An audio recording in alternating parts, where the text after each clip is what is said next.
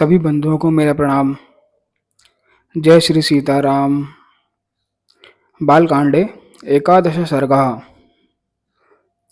इस सर्ग में सुमंत्र के कहने से राजा दशरथ का सपरिवार अंगराज के यहाँ जाकर मां शांता और ऋष्यशृंग को अपने घर ले आने का वर्णन है। अब कथा। तदंतर सुमंत्र ने फिर कहा, राजेंद्र, आप पुनः मुझसे अपने हित की वह बात सुनिए जिसे देवताओं में श्रेष्ठ बुद्धिमान सनत कुमार जी ने ऋषियों को सुनाया था। उन्होंने कहा था, इक्ष्वाकु वंश में दशरथ नाम से प्रसिद्ध एक परम धार्मिक सत्य प्रतिज्ञ राजा होंगे। उनकी अंगराज के साथ मित्रता होगी। दशरथ के एक परम सौभाग्यशालिनी कन्या होगी जिसका नाम होगा शांता। यहाँ पर एक टिप्पणी है।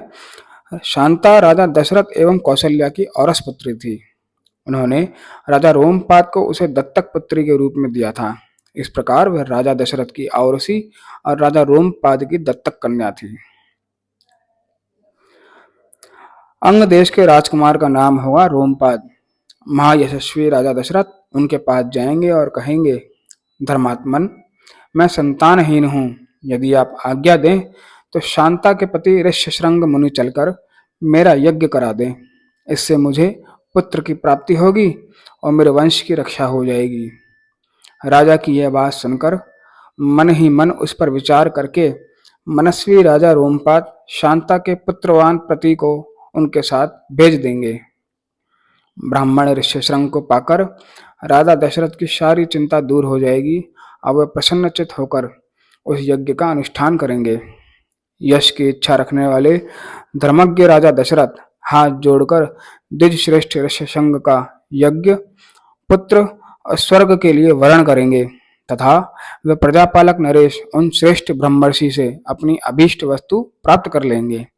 राजा के 4 पुत्र होंगे जो अप्रमेय पराक्रमी, वंश की मर्यादा बढ़ाने वाले और सर्वत्र विख्यात होंगे।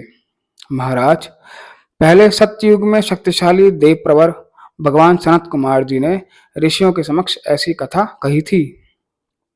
पुरुष सिंह महाराज, इसीलिए आप स्वयं ही सेना और सवारियों के साथ अंग देश में जाकर मुनि कुमार ऋष्यशृंग को सत्कार पूर्वक यहाँ ले आइए। सुमंत्र का वचन सुनकर राजा दशरथ को बड़ा हर्ष हुआ।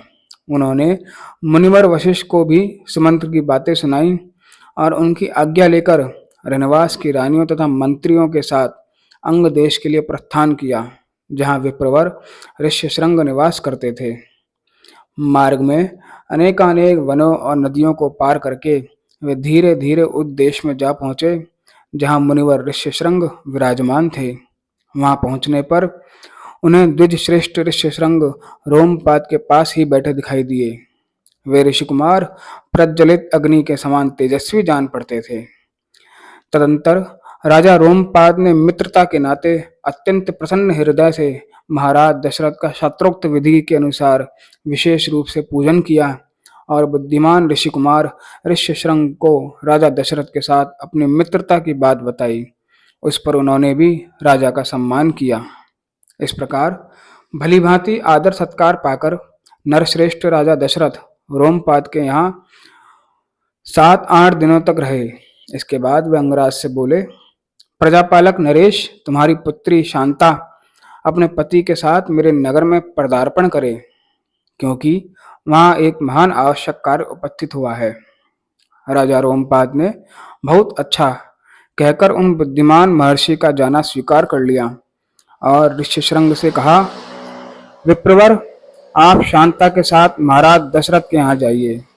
राजा की आज्ञा पाकर उन ऋषि पुत्र ने तथास्तु कहकर राजा दशरथ को अपने चलने की स्वीकृति दे दी। राजा रोमपाद की अनुमति ले ऋष्यशृंग ने पति के साथ वहां से प्रस्थान किया। उस समय शक्तिशाली राजा रोमपाद और दशरथ ने एक दूसरे को हाथ जोड़कर स्नेहपूर्वक छाती से लगाया तथा अभिनंदन किया। फिर मित्र से विदा ले रघुनंदन दशरथ वहां से प्रस्थित हुए। उन्होंने पुरवासियों के साथ अपने शीघ्रगामी दूत भेजे और कहलाया कि समस्त नगर को शीघ्र ही सुसज्जित किया जाए, सर्वत्र धूप की सुगंध फैले, नगर की सड़कों को झाड़ फुहार कर उन पर पानी का छिड़काव किया जाए तथा सारा नगर ध्वजा और पताकाओं से अलंकृत हो। राजा का आगमन सुनकर पुरवासी बड़े प्रसन्न हुए। महाराज ने उनके लिए जो संदेश भेजा था उसका उन्होंने उस समय पूर्ण रूप से पालन किया।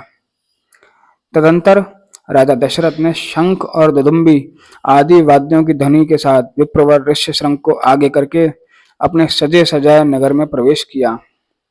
उन द्विज कुमार का दर्शन करके सभी नगर निवासी बहुत प्रसन्न हुए।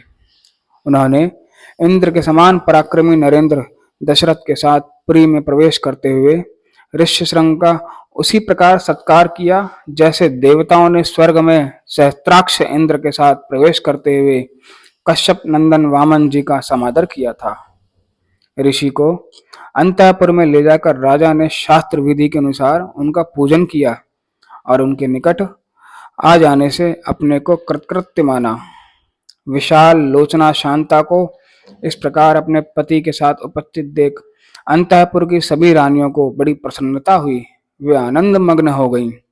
शांता भी उन रानियों के साथ तथा विशेषतः महाराज दशरथ के द्वारा आदर सत्कार पाकर वहां कुछ काल तक अपने पति विप्रवर ऋष्यशृंग के साथ बड़े सुख से रहीं। इस प्रकार श्री वाल्मीकि निर्मित आश रामायण आदि काव्य के बालकांड में 11वां सर्ग पूरा हुआ। धन्यवाद।